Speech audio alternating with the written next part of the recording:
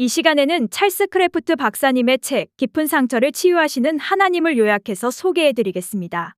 마음의 상처를 치유받고 악한 영을 쫓아내기 원하시는 분들에게 좋은 길잡이가 될 것입니다. 책 제목 깊은 상처를 치유하시는 하나님. 지은이 찰스 크래프트, 옮기니 이윤호, 펴낸 곳 은성.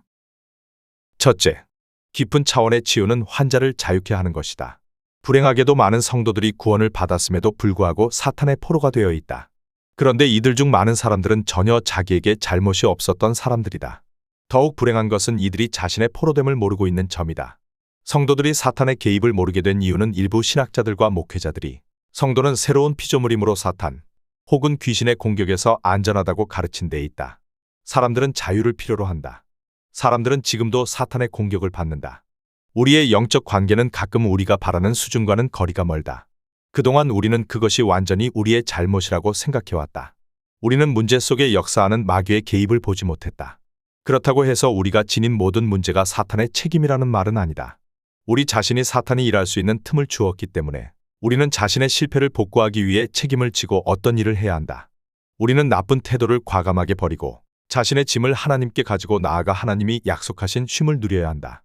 하나님은 우리에게 죄를 고백함으로써 그것을 정직하게 대하라고 명령하신다. 예수님은 포로된 자에게 자유를 주기 위해서 오셨다.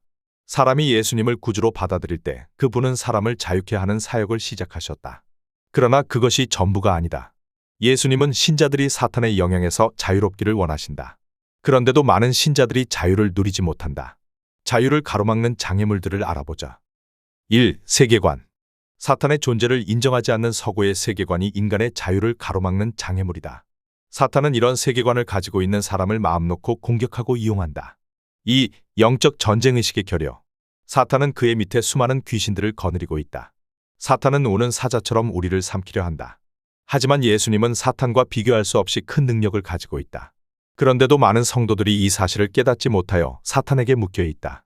3. 습관. 많은 신자들이 치유사역을 바르게 받아들이지 않는 습관 때문에 자유를 누리지 못하고 있다. 4. 친밀감의 결핍.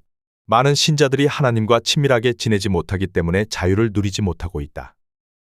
둘째, 깊은 차원의 근원적인 문제. 영적인 질병.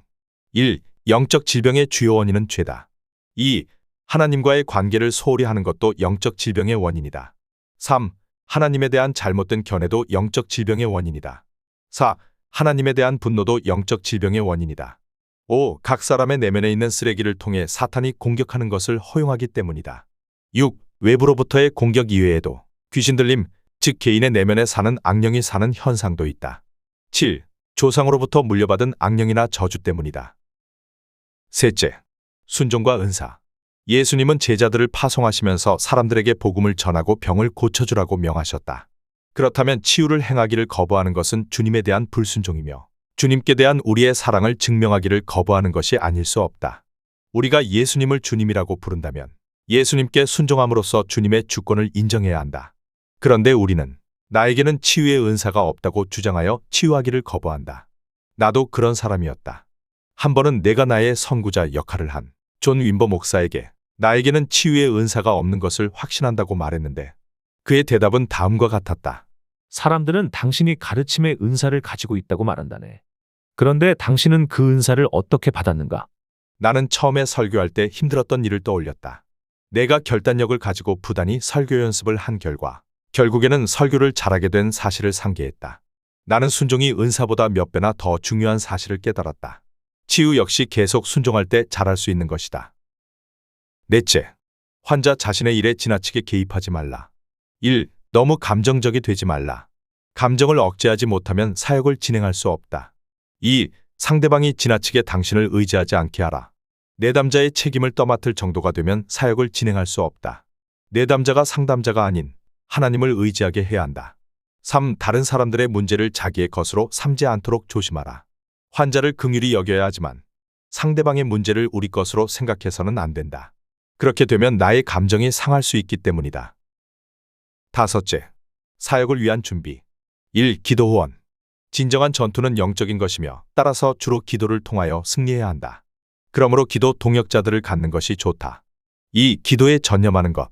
개인적 기도를 통해서 우리 자신을 하나님의 뜻과 계획에 주기적으로 순복하는 것이 중요하다. 3. 금식. 치유사역에 앞서 금식하는 것이 도움이 된다. 여섯째, 치유사역 모델. 1. 성령께서 특별한 방법으로 임하시도록 하라. 성령은 항상 우리와 함께 계시며 우리 속에 계신다. 치유사역을 시작하기 전에 드리는 기도의 중요한 부분이 성령으로 새롭게 충만하게 해달라고 하는 것이다. 다음과 같은 것들을 구하면 된다. 사역을 행하는 동안 이끌어주며 그의 끝을 계시해 주실 것. 일어나는 이들의 능력을 주실 것. 우리에게 올바른 생각과 아이디어와 말을 주실 것. 치유사역을 하는 동안이나 끝난 후에 치유사역에 연관된 모든 사람 및 가족, 친구들과 개인적인 일들을 사탄으로부터 보호해 주실 것. 2. 치유받을 사람을 축복하라. 평화, 부끄러움에 대한 두려움으로부터의 해방감, 하나님의 뜻대로 받아들이려는 마음, 그리고 성령께서 인도하시어 당신이 말하는 것을 받아들이는 마음을 주시도록 그 사람을 축복하라. 흔히 치유사역을 받는 사람은 매우 불안해하며 때로는 긴장되어 있으며 무엇을 기대할지 몰라 두려움으로 가득 차 있다. 그 사람을 평화로 축복함으로써 이러한 분위기를 해결해 준다. 3. 그 사람과 인터뷰를 하라. 인터뷰를 통하여 치유 과정에 도움이 될 정보를 얻는다. 하나님은 가능한 한 기이한 방법보다는 평범한 방법을 통하여 우리를 인도하시기를 기뻐하심을 기억하는 것이 도움이 된다. 평범한 인터뷰는 치유사역에 큰 도움을 준다. 그러나 사역자는 질문을 하는 동안에 성령이 주시는 정보에 귀를 기울여야 한다. 우리에게는 선택할 수 있는 출발점이 많다. 그 중에서 가장 중요한 출발점은 환자가 우리를 찾아온 이유를 알아보는 것이다. 4. 잠정적 전략을 만들라. 기도를 시작할 수 있을 만큼 충분한 정보가 얻어지면 성령의 인도하심을 구해야 한다. 일반적으로 성령의 첫 번째 역사는 그 사람으로 하여금 자신에게 상처를 입힌 모든 사람들 용서하게 만드는 것이다. 때로는 그 사람이 자신의 죄를 고백하게 하거나 사탄이 그를 지배하게 만든 기회를 버릴 것을 선포할 필요가 있다. 하지만 이 순서는 참고일 뿐이다. 독자들은 형식에 구애받지 말고 성령의 인도를 따르면 좋을 것이다. 5. 권위 있는 기도를 하라. 이 단계는 치유사역의 핵심이다. 환자의 문제를 파악한 후에는 그 문제를 놓고 기도하여 그 사람에게 하나님의 치유를 가져다 주어야 한다. 전형적인 순서는 다음과 같다. 1. 조상으로부터 내려오는 문제로 의심되는 것을 다루라. 2. 태어나기 전에 어머니에 의해서 받은 감정이나 태도를 다루라. 3. 어린 시절의 문제를 다루라. 4. 후반기의 문제를 다루라. 6. 기도한 후에 상담하라. 치를 받은 환자의 의지는 치유를 시작할 때의 의지만큼이나 중요하다.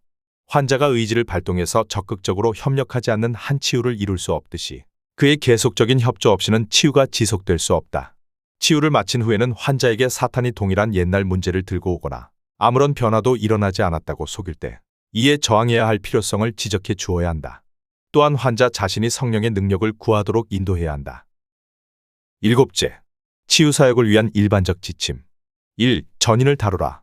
사람은 복합적 존재이므로 단순히 육체나 감정 또는 영으로가 아니라 전인을 다루어야 한다. 2. 아직 생기지도 않은 일을 자신의 일로 주장하지 말게 하라. 하나님은 우리가 원하는 것은 다 주신다는 가정하에 무엇이든지 자기의 것으로 주장하는 것은 하나님의 뜻이 아니라고 생각한다. 3. 주님이 주신 말씀을 잠정적으로 말해주라. 주님의 말씀을 받았다고 생각된 때, 대뜸 주님은 당신이 이렇게 해야 한다고 말씀합니다라고 말하기보다는 이것이 당신에게 어떤 의미가 있습니까? 라고 말하는 것이 좋다. 4. 크게 소리칠 필요가 없다. 하나님이나 사탄 그리고 우리들 대부분은 소리를 듣는데 아무 문제가 없다. 5. 팀을 이루어 치유사역을 하는 것이 좋다. 3명이나 4명으로 구성된 팀이 가장 좋다고 생각한다. 6. 치유사역에서 누가 어떤 일에 책임이 있는가를 분명하게 해야 한다. 치유는 하나님의 책임이고 우리는 하나님을 돕는 것이다. 그러므로 우리의 생각대로 치유가 되지 않는 것 때문에 낙심하지 말아야 한다. 8째, 성령이 인도하신다면 왜 기술을 사용해야 하는가? 영적인 일에서 특별한 기술을 사용한 성경적인 선례가 있다. 예수님이 제자들에게 주기도문을 가르쳐 주신 것이 좋은 예다. 주님은 제자들이 따라 실천할 수 있는 기도의 기법을 가르쳐 주신 것이다. 동시에 예수님의 주요 기술은 하나님의 말씀에 귀를 기울이는 것이었음을 깨달아야 한다. 그러므로 성령에게 귀를 기울이는 것이 우리의 주된 기술이 되어야 한다. 9째, 기억 끌어내기. 1. 생생한 기억. 이런 기억은 예외다. 대부분 다음 3가지 중 한 방법으로 기억을 끌어낸다. 2. 희미한 기억. 가장 빈도가 높은 기억 끌어내기는 희미하지만 알아볼 수 있는 영상을 통한 것이다. 이런 기억은 집중할수록 더 분명해지는 경향이 있다. 3. 강력한 인상. 시각적인 형상은 없지만 자신이 보는 것과 별 차이가 없는 느낌을 의미한다. 4. 잡동사니. 이것은 위의 세 형태가 혼합된 경우다. 5. 비시각적이며 비감각적인 인상. 영상이나 느낌이 없지만 어떤 일이 일어났는지를 아는 경우다. 10째. 우리의 반응에 책임을 지는 것. 비록 인간으로서 우리가 때로 평평하지 못한 경기장에서 시합하는 것처럼 보이기는 하지만 우리의 반으로 인해서 야기된 문제에 대하여 다른 사람들이나 귀신들의 탓만 알 수는 없다. 사실 우리에게는 죄를 짓게 만드는 성품이 있다. 성경은 우리가 악한 영들의 공격에 그릇 나타낸 반응에 책임을 남의 탓으로 돌리는 것을 옹호하지 않는다. 우리의 반응에 책임을 지는 것은 반응의 근원으로 돌아가 그것을 치유하는 것이다. 그렇게 하려면 잘못을 회개해야 하고 우리에게 상처를 준 사람들에게 복수할 권리를 포기해야 한다. 이것은 어려운 규칙이지만 우리가 자유를 얻고 남에게 자유를 주기 위해 반드시 지켜야 하는 법칙이다. 11째. 용서의 한계 설정. 많은 사람들은 용서를 자기 방어의 권리를 포기하는 것으로 오해한다. 용서란 상대방을 분노와 원망과 비통함의 사슬에서 풀어주는 것일 뿐 상식과 이성과 우리 자신을 보호할 수 있는 모든 수단을 포기하는 것이 아니다. 용서의 수단은 다음과 같다. 첫째, 한계를 설정하는 것. 둘째, 하나님의 권위로 악한 영을 대적하는 것. 셋째, 정보기관이나 법적 전문단체를 이용하는 것. 12째, 사탄의 전략. 1. 사탄은 사람들을 유혹하여 자신에게 순종하게 하고 그들의 눈을 멀게 함으로써 하나님의 구원 계획을 따르지 못하게 하려 한다. 2. 사탄은 심지어 믿는 자들도 계속 죄를 짓게 하려고 유혹한다. 3. 사탄은 신자가 죄를 고백할 때에 용서받은 느낌을 갖지 못하게 하려 노력한다. 4. 사탄은 계속 신자의 마음속에 신자의 신분에 대한 거짓말을 심는다. 사탄은 이른바 벌레신학의 창시자다. 벌레신학이란 신자의 무가치함만 강조하는 신학이다. 13째. 문제의 증상. 1. 자기 자신을 싫어하거나 자신의 신체의 일부를 싫어한다. 2. 정당한 이유 없이 자기의 이름을 싫어한다. 3. 자신이 다른 사람이기를 바란다. 4. 자신의 죄성에 사로잡혀 괴로워한다. 5. 자신이 무가치한 존재라는 느낌을 피하기 위해 기분전환 방법을 시도한다. 6. 자신의 신체의 전부나 일부를 저주한다. 7. 인정받기에 급급하거나 성취지향적이다. 8. 관심을 받기 위해 필사적이다. 9. 간단히 자신을 포기한다. 14째. 감염된 상처, 그 근원과 증세. 1. 자신이 버림받았다고 느낌. 2. 자신이 거부당했다고 느낌. 3. 자신이 무가치하거나 부적당하다고 느낌. 4. 수치심과 죄책감에 시달림. 5. 분노와 원망과 앙심을 품고 삶. 6. 두려움 속에서 삶. 7. 반항적으로 삶. 8. 혼돈과 결단력이 부족함. 9. 삶이 불안정함. 10. 도피증이 있음. 15째. 치유사역자를 위한 지침. 1. 감정적 문제와 영적 문제의 근원을 알기 위해 과거를 살펴라. 2. 용서하지 않는 태도를 찾아라.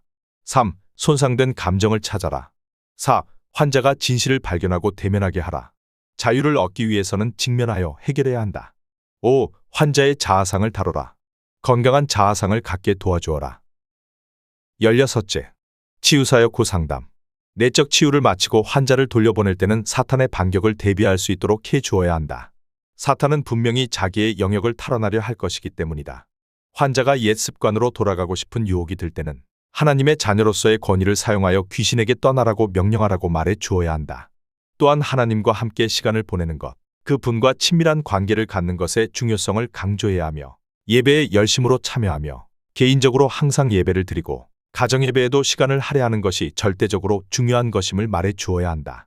또한 귀신이 수년 동안 맛보지 못하게 방해했던 것, 즉 자유를 맛보았다는 것을 깊이 깨닫고 그것을 다시는 빼앗기지 않도록 단단히 마음을 먹도록 지도해야 한다. 치유에 관한 더욱 자세한 설명을 원하시는 분들에게 이것이 전인치유다를 추천합니다.